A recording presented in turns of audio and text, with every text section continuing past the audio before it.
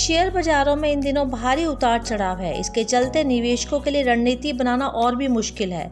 खासतौर पर ऐसे निवेशक ज़्यादा परेशान हैं जिन्हें 2021 में सेंसेक्स निफ्टी के सर्वकालिक ऊंचे स्तर पर पहुंचने के बाद पूंजी बाजार का रुख किया। इसकी तादाद काफ़ी बढ़ी क्योंकि बीते साल लगभग कुछ करोड़ नए लोगों ने शेयरों में निवेश भी शुरू किया। यहाँ गौर करने वाली बात है कि दिसंबर 2021 के मध्य में कई शेयरों ने वास्तविक वैल्यू से ऊपर ट्रेड भी किया। इसके चलते करेक्शन को लेकर चिंता तो बढ़ेगी ही। ऐसे माहौल में दो रास्ते नजर आते हैं: भारी गिरावट के बाद आकर्षक वैल्यूएशन पर मिल रहे शेयरों में निवेश करना और चढ़ते हुए बाजार में मौजूदा होल्डिंग के कुछ शेयरों में मुनाफा करना।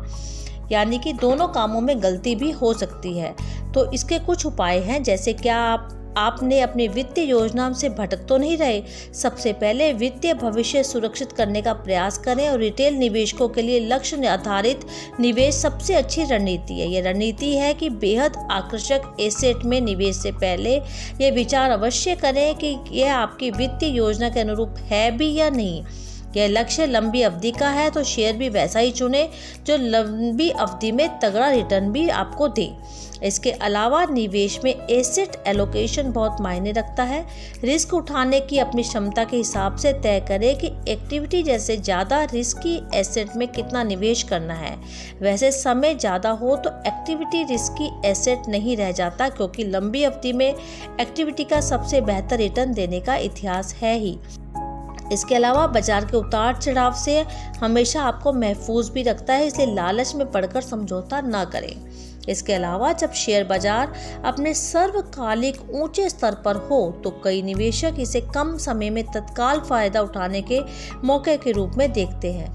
यदि आप कम समय से बड़े रिटर्न की उम्मीद में कुछ खास शेयर खरीद रहे हैं तो याद रखें इस समय अस्थिरता ज़्यादा है। बाजार चढ़ने की जगह गिर भी सकता है। ऐसे में हो सकता है आपको इस उद्देश्य से जो शेयर खरीदे हैं वे आपके अनुमान से ज़्यादा समय तक टारगेट लेवल पर ना पहुँचे। ऐसे में आपको मजबूत घाटे में शेयर बेचने पड़ते हैं। इसके अलावा सोशल मीडिया जैसे कई प्लेटफॉर्म पर इन दिनों बाजार के नए शिखर छूने के अनुमान या भारी गिरावट की आशंकाएं भारी मात्रा में है। यदि आप इनके प्रभाव के फैसले करते हैं तो यकीनन खुद को जोखिम में डाल रहे हैं, यानी आप इनसे प्रभावित ना हो। आपके लिए आसान भी है। ऐसे ऐप्स की भरमार है जहां एक क्लिक पर ट्रेडिंग की जाती है। शेयरों में निवेश के मामले में भावनाओं में बहकर कभी भी फैसले न करें।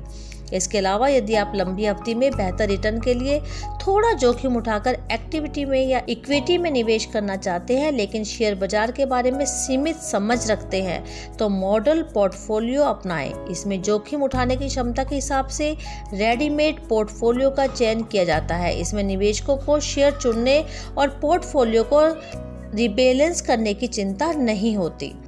तो निवेश का निर्णय यदि आप नहीं ले पा रहे हैं तो इन सवालों पर अवश्य ध्यान दें और इसी तरह से आप कार्य करें। इसलिए बाजार की सीमित समझ है तो SIP के रास्ते निवेश करना सबसे बेहतर विकल्प है।